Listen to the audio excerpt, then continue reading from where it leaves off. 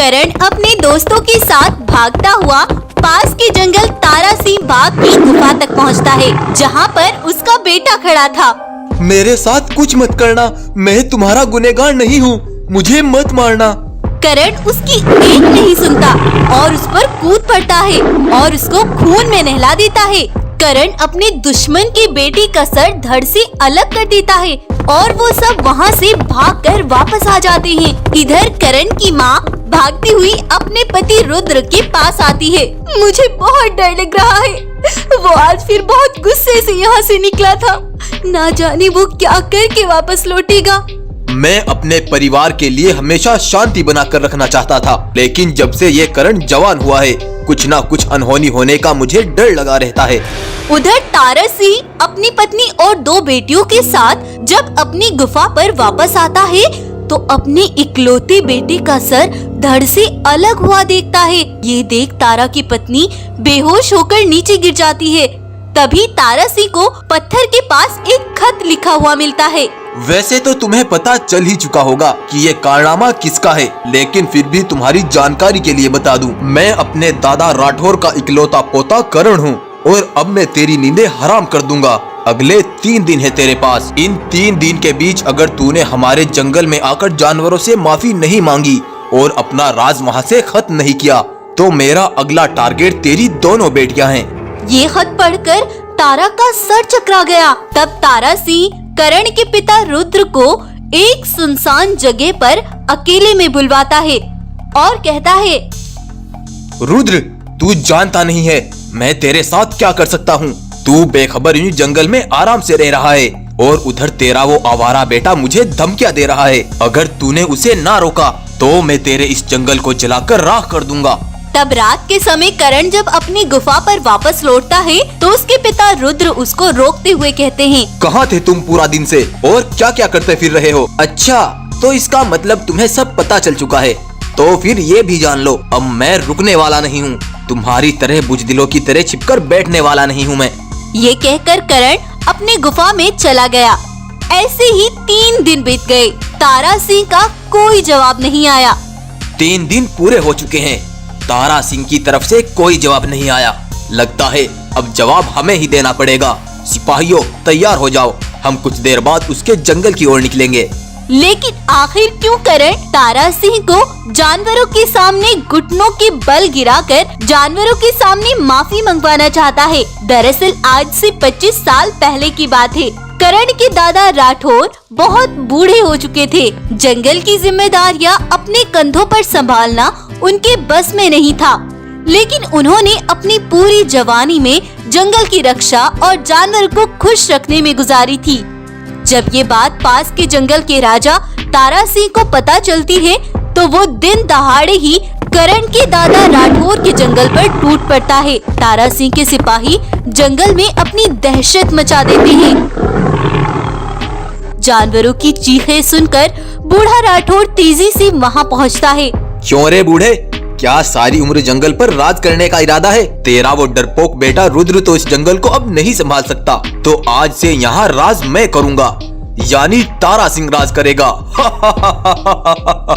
ये कहकर तारा सिंह करण के दादा पर वार करता है और उन्हें जान से मारकर वहाँ से चल देते हैं। करण बहुत छोटा था, वो दूर खड़ा यह सब देख रहा था और तब वो अपने दादा के पास आता है। दादूजी, दादूजी, ये आपको क्या हो गया? देखो करण, मुझे नहीं लगता अब मैं बच पाऊंगा और वो तेरा बाप बुजदिल रुद्र आज भी कहीं छिपकर बैठा है। करण, मुझसे वादा करो, तुम अपने बाप की तरह बुजदिल नहीं बनोगे। तुम अपने जंगल को उस तारा सिंह से आजाद कराओगे और उसके जुल्मों को यहाँ से हमेशा के लिए खत्म करोगे। इसके लिए तुम्हें जिंदा रहना होगा। तुम यहाँ से चले जाओ। ये कहकर राठौर ने वहीं दम तोड़ दिए। तब करण रोता हुआ वहाँ से चला जाता है और अपनी गुफा पर आता है। रुद्र, जाओ देखो तो सही, वो कैसे जानवरों पर जुल्म कर रहा है। जाओ, जाकर उससे लड़ो। पागल हो गई हो तुम? वो मेरे परिवार को कुछ नहीं कहेगा। मेरे लिए यही काफी है। मुझे सिर्फ अपने परिवार को बचाना है और किसी से मुझे कोई मतलब नहीं। तुम हाथों में चूड़ियां पहनकर बैठे रहो। वो 10 जानवरों समेत दादूजी को भी मारकर यहाँ से चला गया। लेकिन करण ने अब खुद से वादा कर लिया था कि वो अपना बदला जरूर लेगा और इस तरह तारा सिंह ने राठौर के इस जंगल को अपने कब्जे में ले लिया था। वो जब उसका जी करता रुद्र के इस जंगल में आता और उसके जंगल के जानवरों को उठा कर ले जाता और बस रुद्र दूर खड़ा होकर बस एक तमाशा देखता रहता था। यहाँ का हर जानवर तारा सिंह का गुलाम था। तारा सिंह के सिपाहियों का भी जब मन चाहता वो रुद्र के जंगल में घुस जाते और जानवरों पर वार करके उन्हें अपना निवाला बना लेते।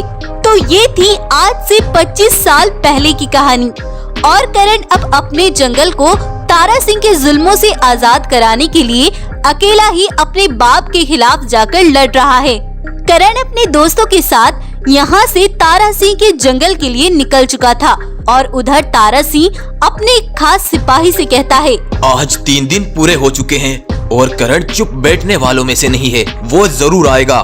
तुम में से कुछ सिपाही मेरी पत्नी और दोनों बेटियों को यहाँ से ले जाकर बलिया खेड़ी की सुरंग में छिपा दो ताकि वो इन तक किसी भी हाल में ना पहुँच सके और कुछ सिपाही यहाँ मेरी रक्षा करेंगे। तब तारा सिंह के सिपाही उन्हें लेकर वहाँ से एक खुफिया जगह पर पहुँचते हैं और सिपाही तारा सिंह की पत्नी और बेटियों को वहाँ बंद कर देते हैं।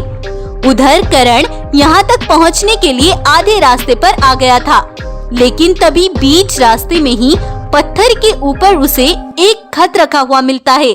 यही है तुम्हारी मंजिल का पता, यही है तुम्हारी मंजिल का पता। तुम सब यहाँ बहुत शांति से पहुँचो। उधर जब सिपाहियों को तारा सिंह की पत्नी और बेटियों की निगरानी करते हुए बहुत समय हो जाता है तो उनमें से एक सिपाही बोलता है, और कितने घंटे हमें इनकी रखवाली करनी पड़ेगी? मुझे तो बहुत भूख लग रही है। हाँ भाई, सुबह से मैंने भी एक भी शिकार नहीं किया। मैंने तो सुबह ही एक ताजी हिरण का मांस खाया था। मुझे बिल्कुल शिकार करने का मन नहीं हुआ। ऐसा करो, तुम सब जाकर भोजन करके आ जाओ, तब तक मैं यहाँ इनकी निगरानी करूँगा। देख लो भाई, कोई भी भूल चूक नहीं होनी चाहिए, नहीं तो तारा सिंह तुम्हें जिंदा नहीं छोड़ेगा। अरे नहीं नहीं भाइयों, तुम बेफिक्र होकर मजे से शिकार करो, मैं यहाँ सब संभाल लूंगा। तब वो सिपाही वहाँ से शिकार करने चले जाते हैं और करण और उसके दोस्त उसी पते से यहीं तक पहुँचते हैं। काम हो गया है करण, सारे सिपाहियों को मैंने चकमा देकर यहाँ से भेज दिया। वीर, तुमने मेरा बहुत साथ दिया, अब मेरे लिए कोई मुश्किल नहीं होगी। तब करण अकेला ही उस सुरंग के अंदर जाता है। तारा की पत्नी और बेटियां उसे देखकर डर जाती हैं। डरो मत, मैं तुम्हें कोई नुकसान नहीं पहुंचाऊंगा, लेकिन तुम भी जानते हो कि तारा सिंह ने हमारे जानवरों पर कितना जुल्म किया है। बस तुम्हें खामोश होकर मेरे साथ चलना है और तुम्हें अपने बाप को यह दिखाना है कि मैं तुम पर बहुत जुल्म कर रहा हूँ। तब करण तारा सिंह की पत्नी और बेटियों को लेकर अपने दोस्तों के साथ तारा सिंह की ही गुफा पर पहुँचता है। मैंने कहा था ना, मेरा अगला टारगेट तेरी बेटियां हैं। इनको मैं तेरे उस बेटे से भी ज्यादा दर्दनाक मौत दूंगा। साथियों, ले जाओ इन्हें। करण, तू मेरे परिवार के साथ कुछ भी नहीं करेगा।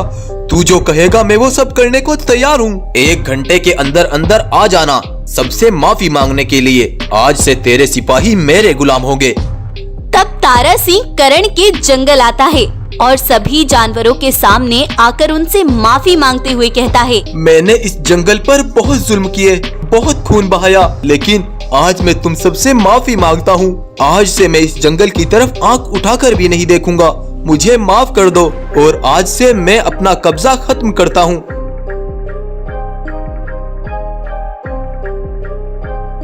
ये देखकर रुद्र अपनी बुजदिली पर बहुत शर्मिंदा होता है और आगे बढ़कर कहता है, मैं हमेशा उस तारा सिंह से डरता रहा और खुद को बचाने के लिए हर जुल्म को सहता रहा और मर मर कर जीता रहा, लेकिन आज मेरे बेटे ने मुझे सिखाया है कि अगर दुश्मन से डटकर वार किया जाए तो उसे पीछे हटना ही पड़ता है। आज तक मैं सबका गुनहगार रहा, इसके लिए माफी मांगने के अलावा मेरे पास और कुछ भी नहीं है, लेकिन आज से मैं अपने पिता राठौर के जंगल की हर जिम्मेदारी को संभालूंगा और सारी जिम्मेदारियां दिल से निभाऊंगा। और फिर रुद्र और करण ने मिलकर जंगल को बहुत खुशहाल बनाया और एक बूढ़े दादा से किया वादा बना जंगल की आजादी का सबब। तो आपको ये कहानी कैसी लगी हमें कमेंट करके जरूर बताएं। कहानी पसंद आई है तो लाइक करें, शेयर करें और हमें अप्रिशिएट करते रहें और अच्छे कमेंट करें। Thank you.